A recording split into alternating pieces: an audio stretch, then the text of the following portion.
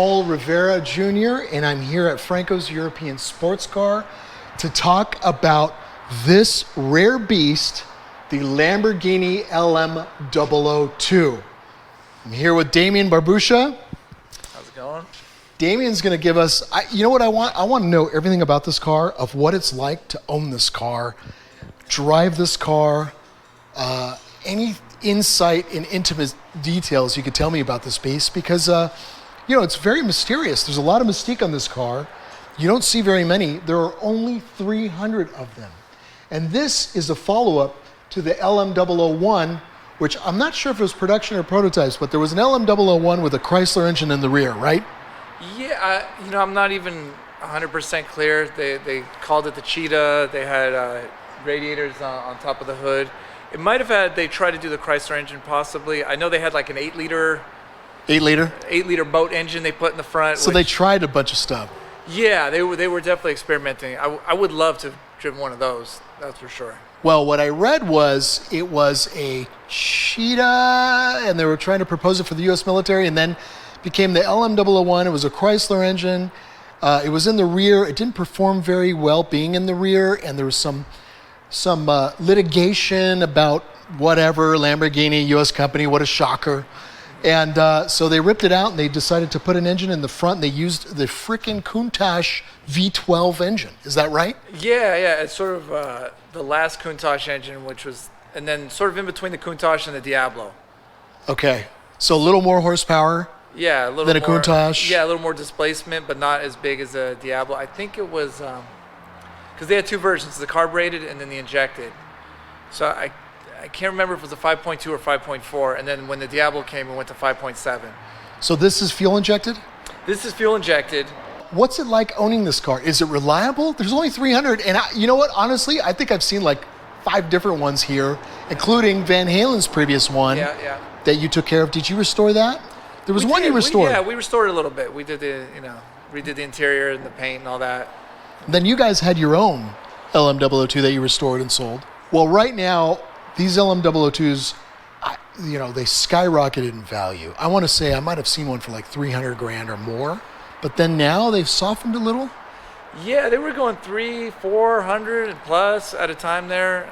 Right, for mint ones. Yeah, so now I think these days it's probably around, let's say 250 to 300, depending on how nice it is. 350 if it's really clean, I would say. Yeah. I mean, there's 300 of them, so what's the market? The market's whoever pays for one.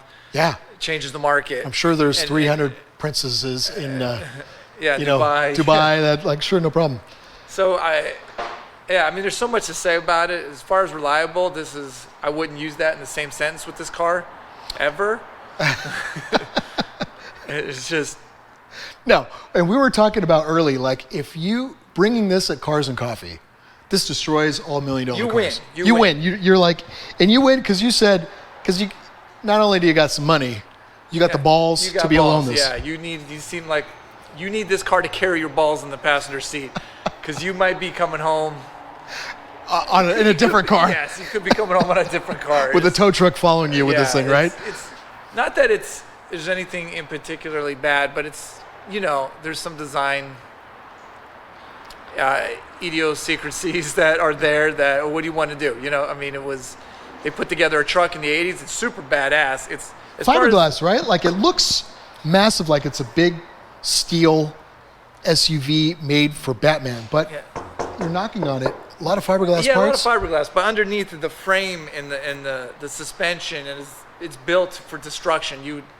Dual shocks on every. You could hit a train and a dump truck, and you're driving home. It's really well built. Right. The pretty stuff will come off, but underneath is unbelievably well built and engineered. Amazing. It looks like it was made to take a landmine. It looks.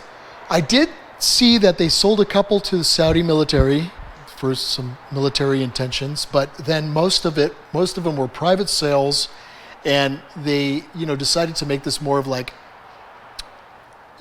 military spec, but with some luxury. So they installed AC, some leather, made it fairly fancy on the inside, a little luxurious, right? Yeah, I think it's a cool interior. I think it is actually pretty. I mean, it's outdated, but I think for that time it was pretty awesome. And Real supple leather everywhere. yeah, it's kind of the interior's a little tiny for what it is because there's so much center console because the whole drivetrain is shoved up there, which gives you a flat bottom. Which So you got a lot of space between the passenger. yeah, but it's kind of cool because like you're sitting here, with your arms up like this, shifting gears like a man. I love and it. just driving, just man. That's amazing. That's what I liked about the Hummer. There's so much space; it just looks so massive. But that's very similar here in this Lamborghini. It's totally. And this similar actually was layout. reliable to drive on the sand dunes. Like they'd be in the middle of nowhere in the sand dunes driving this thing. I would go with question mark. Okay. Quotation Are mark. the giant intakes, giant air filters? They got to have giant air filters. It's got cool air filters for the sand and the dirt. You'll see it looks like little pots and pans in there, but it's sort of like a filtering system for when you're in sand and dust, which is pretty cool. The cooling system, the radiator's massive, so it actually. So you could drive this 120 degrees in the desert. Sure. I mean, Theoretically. it's 100 degrees here. I would say it puts a lot of abuse on it, but you could take it. It's all right. Okay. Yeah. If you do drive it often, it will treat you better, like any classic car. Well, that's good to know. Yeah. So I do have a few customers who drive them a lot. Do they end up here a lot too? Not too bad. I mean, then it's more like, okay, oil changes, tires are an issue, but. Speaking of tires, Yeah, that's a whole other conversation on these tires. the original Scorpion tires, like to replace these tires, how much are they each? To get what is not the original Scorpions, but the new Scorpions are, I think they're $4,300 each. Last time we bought some. So we're talking $16,000, $17,000 just in tires? Yes, for you need new set tires? Tires is a really nice used Accord. Oh my God! So you know that these tires probably last 40,000 miles if they're aligned properly. Who gets? Nobody knows. I've never seen the tread worn. It's usually Nobody age. puts that kind of mileage. Nobody. Because they haven't know seen it. that'll cost them at least 17,000 just in tires. I think the guys who want to drive them, but you gotta have some cojones. And look, the AC is not comparable for anything modern. So if you're in a hot climate it's gonna be a rough life. I mean, Wow. Yeah, but it's look. Makes me want it more. Yeah. How twisted is that? I understand it. Look, the driving experience is totally worth it. You feel like you're invincible. You feel like the king. You have to rev the crap out of it. Which is crazy and weird. Crazy that you have to. First of all, it's manual. Yes, it's manual. So it's manual, and you're revving the crap out of a giant SUV. So you rev it like a sports car. Yes, for sure. That's. To get the power out of the engine, it's You got to work hard. It's in the higher RPMs, which is very satisfying. Which Wow. actually makes the car super fun to drive, because it's not a sleeper. It's like you're kind of Right, because all the big SUVs have a lot of torque. Boring, Yeah, but this you're like winding out. Yeah, you gotta wind it out, and you hear it wind out, and it's you have to drive it well if you want to get speed out of it, right? Which is pretty satisfying, Right. and you're gonna feel like you're going fast, even though by today's standards it's not. But Right. you will think. I mean, it looks so huge and massive that it looks like 0 to 60 would be a few minutes, but this over 500 horsepower V12, 500 horsepower. No, it was before the Diablo, so it's probably 450. Okay. Okay. I believe it's tuned down a little bit more for a torque. I would Okay, say. that makes sense. And the gearing probably Yeah, shorter gearing in the. Yeah, the gears are crazy in this car too, because you have they are short gears, but it also has a low gear that you can put the transmission in, which cuts your gears like in half. Oh. So for pulling tree stumps or the earth or whatever you got to do, you can really. So it's a real off-road vehicle. No, all-wheel drive or rear-wheel drive? It is. You can put in anything you want. So it's four-wheel drive that you can put in four-wheel drive. You can put a rear-wheel drive. You can do half gear in either of those. You have those massive levers in the interior. This came out in 1986. Yeah. And it had all that. This By is a real. far, This is the most advanced 4x4 on the market. At that time, I couldn't imagine anything that was coming close to this. So now I understand how well engineered it was. So this really was engineered with the intentions of we have to be the best military vehicle. We're going to sell a ton to the military. It ended up being, it didn't work out with the military, but we'll put a bunch of leather in it and we'll give it to the public. Well, Lambo at the time, which makes them so badass, is they were like, all right, but a V12. They were the kings of beyond badass. They were above everybody else was like civilian, regular cars, and these guys were just. It just seemed like a car company that had the balls to do crazy shit every time, and like they made it. Like they made the Mura, then they made the Countach, which is like. Now, tell me some of the issues to look out for. Like if I went out and I purchased this thing, immediately, what's going to be an issue? The water pump is the biggest deal. They put this big steel fan on there that just destroys your water pump. Okay. Which you can't get. It has a crazy bearing in it. Do you rebuild these? If we can, we will. It's not easy to rebuild. You can easily crack the case. What are you telling me? I have a bad water pump. Damian, fix it. There's an actual potential no? Well, there's a potential of how deep we're going to have to go to find one or make it work or 3D print weird 3D print it. stuff. That would be the way to go, now. Okay. But this is a yes, somehow it will happen. The first thing that I do with any customer who buys one is I pull that fan off and put an electric fan. It already has electric fans. We add another electric fan and then take away that mechanical fan. Okay. Because it's just... So, super obscure water pump. Yeah. Then next is just if you buy a carbureted car, which I like the carbureted cars. They're simpler in a lot of ways because they don't have all the injection wiring. However, the fuel tank is inside the car. It is your back seats. Oh. Yeah, which is... So if there is a landmine, it's really taking you out entirely. Yeah, well, yeah, you won't think about it, that's for sure. It'll be... You'll be over too quick. Yeah, that'll be over. But the problem is that it's just the smell inside the car. Oh, so you'll pass out first. Yeah. Oh, that's good. Before you burn up, you might pass out with the smell of gas. Yeah, So there's a smell. While you burn, you'll be unconscious, so it's fine. Right. So if you have a carbureted LM002, you're always going to smell gas because it's in your back seat. Yeah. Now I would do things. Again, I mean, if it's your car, you want to keep it original, it's one thing, but you could just try to modify it for an injected car and put the fuel tank in the back. Does Leno have one of these? He does not, as far as I know. Why? He should. This is so up his alley. I think it is. I think it is up his alley. But Jay, maybe you need to get one before it's too late. There's only 300. And you're in LA, and I bet probably 200 are a year. I bet he could find one if he wanted it. I'm sure he could. I'm sure he has a lot of friends with that, yes. But so there's less than 300, and you know all this stuff, and I've been coming here for at least 25 years. Since a teenager. Right. Yeah, since I was a teenager. And I'm always seeing LM002s. Yeah. So it sounds like if there's an LM002 to be repaired, not to bring this on you, and all of a sudden you're going to get every freaking 002 on the planet, you would know what it takes to keep it running, just in case I bought one. Yeah. We would know. Okay. Would you advise me against it, or would you encourage me? I'm a car lover. I love pain.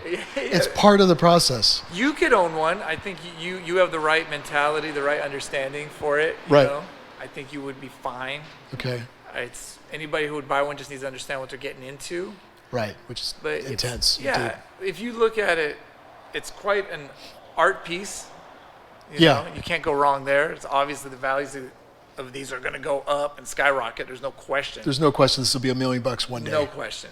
Yeah. It's just a matter of when. It's not if. It is for sure. Top speed? Do you know anything about top speed? What's the fastest you've driven one of these? I want to say 120. 120? Wow. Yeah, I think it goes. I want to say. That requires a lot of power to make this brick of aerodynamic box do 120 is pretty impressive. Yeah, I mean, I remember when they were new, we've had customers that said they would have AC blasting, 4 people in the car going to Vegas doing 120 the whole way, no problem. I love it. So I think the V12s are special. They'll give you top end that lesser engines will not. Right. So right. It makes sense. This is probably the highest revving, biggest engine SUV besides the Urus. Forget that. Besides everything modern now is too hard to all those 500 horsepower, 600 horsepower AMGs. Yeah. They move the But earth. that's not the same driving experience. They're paddle shifting. They got all the power in the world, but you might as well drive electric. They're too high tech. Bunch of computers. They're drive-by-wire. It's not the real brakes. Nothing is drive-by-wire. This is all mechanical. No, this right here When you steer, you are steering a steering rack. It's not telling a computer, okay, now left. Oh, yeah, make sure you do right. Oh, he's stepping now, which is lame. No, this car is is real. all Analog. man, all analog. All you're going to know what you're doing. Love it. Brakes are pretty decent. Also, I have to mention, has dual calipers. The car stops, I would say, adequately. Yeah. Which is better than I can say most of any of the Italian cars did in the 80s. I can imagine a car of this size doing 120 miles an hour when they tested the brakes with a 1 caliper. Yeah. There's probably nothing on the shelf in 1 caliper form. Yeah, that would do it. Right? That would do it? Like, okay, we need 2 of those. Yeah, like for sure you will. Dual shocks in every corner? No, it's dual shocks in the back. Okay. And then 2 just massive shocks in the front. Okay, got it. And fully independent suspension? Yeah. Amazing. This was known as, and coined eventually, I believe when it debuted in the Brussels Auto Shows, the Rambo Lambo. Yeah, Lambo, yes. That does make more sense. It was Rambo Lambo before even Rambo bought one, but eventually he did too. Yeah, that would have been a cool name. Yeah.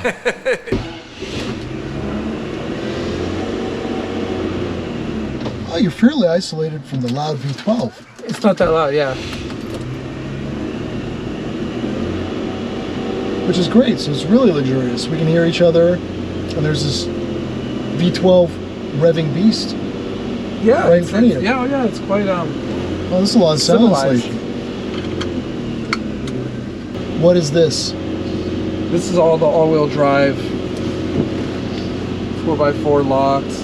Then you have your low gear and high and normal. And what is this shifter? It's just to go 2-wheel drive. You just pull it. I'm not sure if we should do all the cars running. No, that's okay, but there's 2 levers. Which one does because this what? is for low drive and normal Is that drive. this lever? Yeah. Got it. And then these are just for the four-wheel drives. Oh, that's cool. So this would put it low with this one. Yeah, so you could be 2-wheel drive and put it in a low gear. Low gear. And you could be 4-wheel drive and low gear, so it's independent. So this controls your differentials, and this controls the front. So if you're wanting to go up a massive dirt hill slow, 4x4, Yep. put this up, bring this down to low gear, Yeah. which cuts the gears in half of the ratio. Yeah, the ratio, yeah. And then you Interesting. should lock the front wheels because it has the locks on the front hubs. This isn't automatic. Outside? Yeah. Oh, so you run out and do it manually. Yeah. Old school. Ultra old school. Yeah, because that's how it was, Got it. So for the military, get out, you might be shot at. Yeah, it would be put it in all-wheel drive and then do your driving. Okay, got it. Makes sense to me. Right.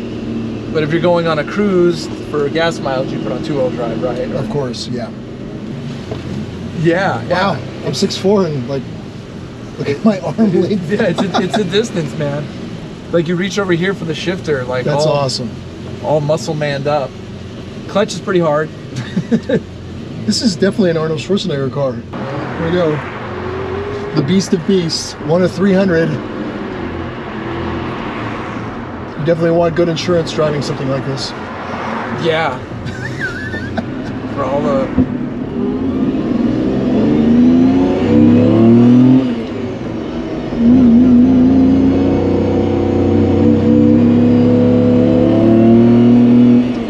Wow.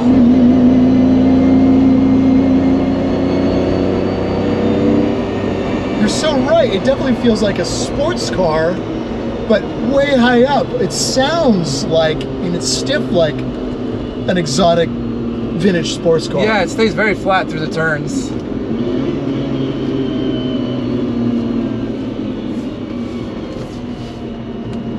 How's it steering? Is there power steering? Yeah, oh yeah. Okay. Yeah. And is it stiff clutch? Yeah. It's not bad. I mean, it's nice, but definitely getting caught in traffic can be rough. Okay. Where are you out in traffic? Yeah. It's a weird position. It's kind of like how the old Porsches that would come up from the bottom. Uh-huh. It's got a kind of so it's a weird swing to the pedal. You get used to it though. Well, this is probably the coolest ride on the streets of LA at this moment. Is this 1 gallon for every 5 miles? Probably. Makes sense. I'm sure this is $120 filling up your tank. And it's got to be super unleaded. Yeah, oh yeah. It's a huge tank.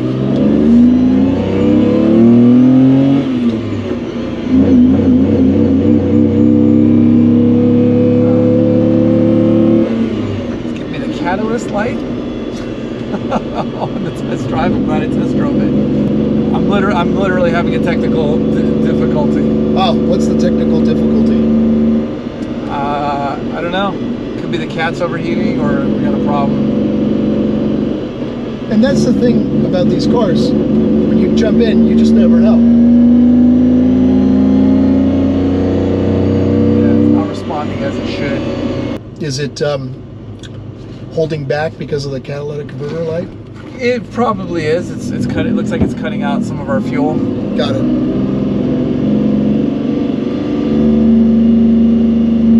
Yeah.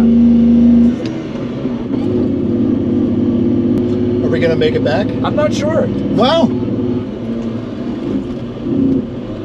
Oh, we're pushing LM002s. Oh my god. Oh Okay. my god. Are you kidding We didn't me? make it. So I guess you definitely need super balls buying and driving this car. Yeah. Okay. Alrighty. If someone pulls us with a rope, we got a big giant bar to grab from. Yeah, there's that. Okay, so let's take a break. So sometimes you really pray hard. Yeah, you just It works again. I'm just gonna pray right now. See what I mean?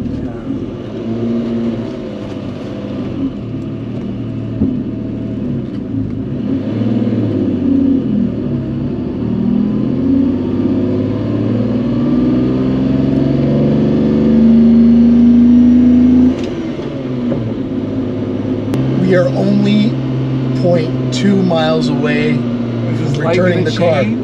We can make it.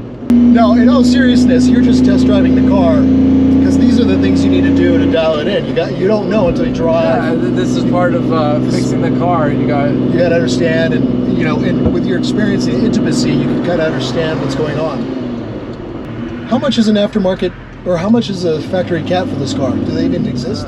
probably $5,000. 5,000? Yeah. Probably, if you can get one. Yeah. So everything is 5,000. The tire, Yeah. catalytic converter, the seat. We're almost there. Yeah, I gotta get a running start to get inside that driveway. Well, stay tuned. This car will be dialed in soon. Thank you for the test drive. Yep. Well, thank you so much, Damian. Yeah, absolutely. Appreciate all the insight.